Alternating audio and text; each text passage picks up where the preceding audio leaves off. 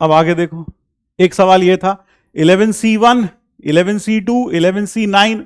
अब यहां मैंने हमेशा जिस भी बैच में पढ़ा है मैंने यही बोला है कि भाई विश्वास मत करना, जो जो डिलीटेड है उसे भी थोड़ा बहुत पढ़ के जाना। ऐसा ना हो किस रूप में नारायण मिल जाए, किस रूप में कौन सा प्रॉब्लम डिलीटेड सिलेबस से आ जाए। तो ये उसका एग्जाम्पल है। ये जो लिखा हुआ है this is from binomial theorem and that too on the properties of binomial coefficients. तो इसीलिए हमने कहा था कि भैया कुछ भी छोड़कर मत जाना, सब कुछ पढ़कर जाना। कुछ भी छोड़ते हो, हाँ तो ये आउट ऑफ सिलेबस है, डिलीटेड सिलेबस से है, लेकिन आया तो है। आपको एक प्रॉपर्टी याद दिला दूं, एनसीआर ये बराबर होता है n बाय आर। तो ऊपर में से एक कम हो जाता है, नीचे में से एक कम हो जाता है, यानी इसका n और ये r अगर आप मल्टीप्लाई में आगे लिख दो n बाय आर तो यहां एक एक कम हो जाता है। ये प्रॉपर्टी आपको याद होगी, यह प्रॉपर्टी आपको याद होगी। हाँ, हमने क्लास में इसीलिए बोला था बेटा जो जो हम बता रहे हैं, लेकिन उस वक्त कई बच्चे इस मूड में थे कि सर ये तो डिलीटेड सिलेबस में है। हमने कहा था कि जो आपका कौन सा mathematical induction, mathematical reasoning, height and distance, ये तो श्योर है नहीं आएगा क्योंकि ये पूरा का पूरा चैप्टर ही डिलीटेड है, लेकिन बाकी में कुछ कहा नहीं जा सकता, इसलिए सब कुछ पढ़ के जाना चाहिए था। और मुझे उम्मीद है आप सब कुछ पढ़ के गए होंगे, है ना। तो क्या किया जाए सर, ये लिखा है 11C1, अगर मैं बाहर 1/12 लगा दूं तो यहां आ जाएगा 12/2।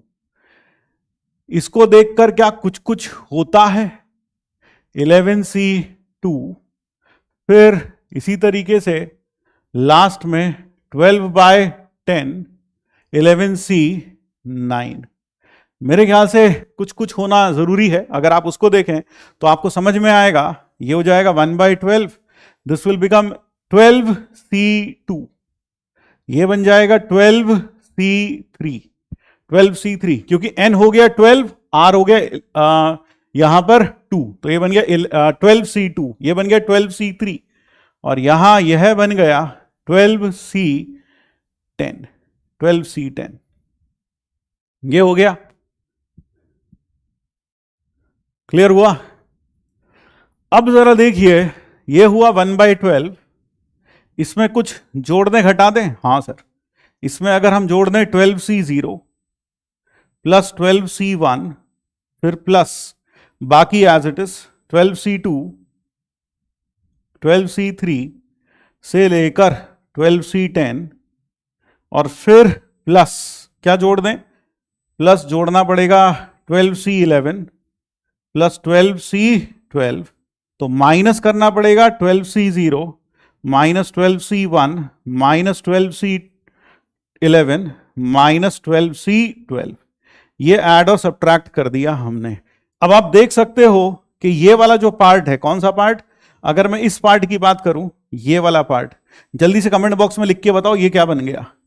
जल्दी से कमेंट बॉक्स में लिख के बताओ 12C0 plus 12C1 plus 12C2 plus 12C3 से लेकर 12C12। जल्दी से बताओ यह कितना बना, जल्दी से बोलो ये कितना बना। सर ये बन गया 12 की पावर 2 की पावर 12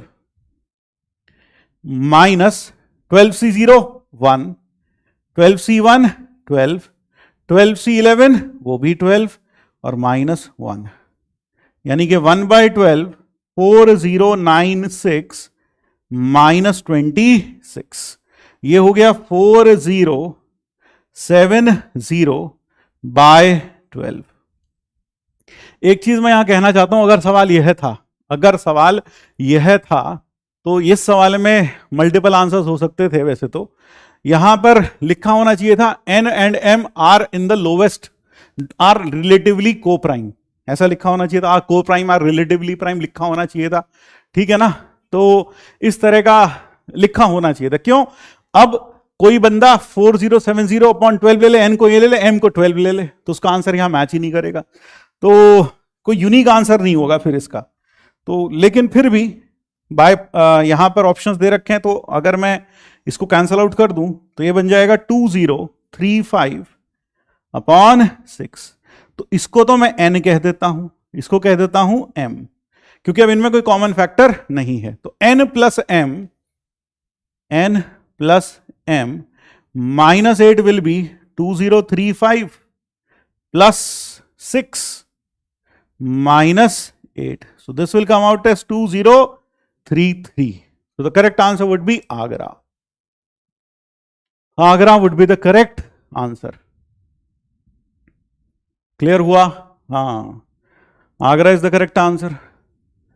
अगला problem, AR square and so on is a GP with 64 terms. Sn is equal to 7 times Sn odd. Then the value of R.